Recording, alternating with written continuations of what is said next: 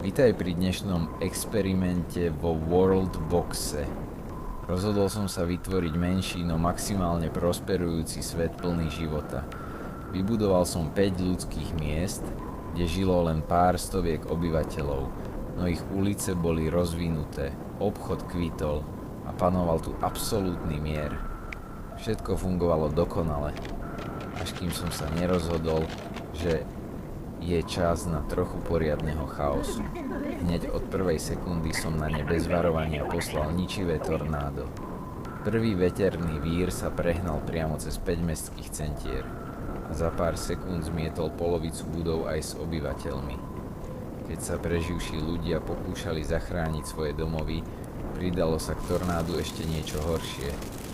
Kyselinový dážď. Úroda zhorela, pôda sa zmenila na toxickú púšť a blesky podpálili zvyšok drevených stavieb. Ľudia panikárili a nevedeli, kam sa skryť. Keďže toto vyčíňanie živlov stále nevyhladilo všetkých, vytiahol som silnejšiu zbraň, božské ovplyvnenie mysle. Pomocou nástroja zrady a hnevu som prinútil prežívajúce mestá, aby si navzájom vyhlásili totálnu vojnu. Pokojné ulice sa okamžite zmenili na krvavé bojiská.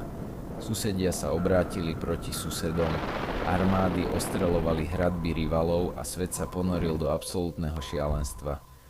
Myslíš si, že to bolo moc? Vôbec nie. Do tohto rozpadnutého sveta som vypustil draka, aby spaľoval všetko, čo ešte stálo na nohách. A aby toho nebolo málo, na porazených vojakov som zoslal zombie mor. Každá zo zničených štvrtí sa teraz hemžila nemrtvými. Zrazu už nešlo o boj medzi mestami, ale posledné zvyšky preživších museli čeliť nekonečným vlnám vlastných padlých spolubojovníkov. Skutočná a neúprosná skaza však prišla až vo chvíli, keď som sa rozhodol použiť ultimatívny nástroj mincu nekonečná. Jedným jediným kliknutím som okamžite vymazal presne polovicu všetkého živého na mape. V tom momente nastalo hrobové ticho. Námestia zostali prázdne, bojiská okamžite stíchli a z populácie nezostalo takmer nič. Na celej mape nakoniec pobehoval len jediný posledný človek, ktorý sa bezcielne túlal po zničenej krajine.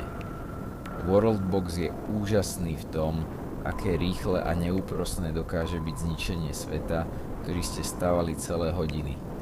Trúfol by si na takýto koniec sveta aj ty, alebo radšej svoje mestá chrániš a buduješ? Napíš mi do komentára, akú najšialenejšiu vec si vo Worldboxe spravil ty. Ak sa ti toto video páčilo, nezabudni dať odber a like pre ďalšie šialené experimenty. Uvidíme sa pri ďalšom videu.